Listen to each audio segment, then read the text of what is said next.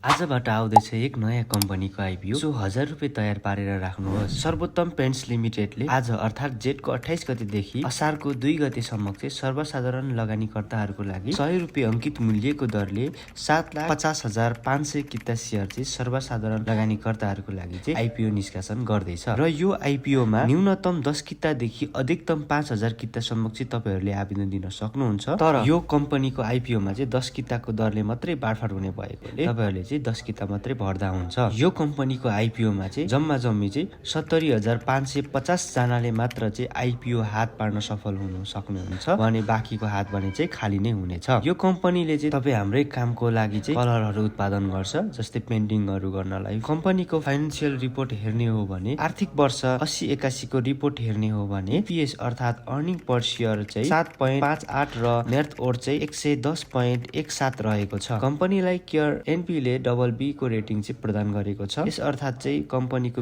वित्तीय वहन गर्ने क्षमता चाहिँ मध्यम जोखिम रहेको देखिन्छ र कम्पनीको इस्यु म्यानेजरको रूपमा चाहिँ ग्लोबल आइएमई क्यापिटल लिमिटेडले राखिएको छ र आइपिओ भर्न चाहिँ तपाईहरूले नछुटाउनु होला। आजको भिडियो कस्तो लाग्यो कृपया कमेन्ट गर्न नबिर्सिनु होला र यस्तै खालका जानकारीमूलक भिडियोहरू हेर्नको लागि चाहिँ मेरो यस आइडीलाई फलो गरेर राख्न पनि नबिर्सिनु होला।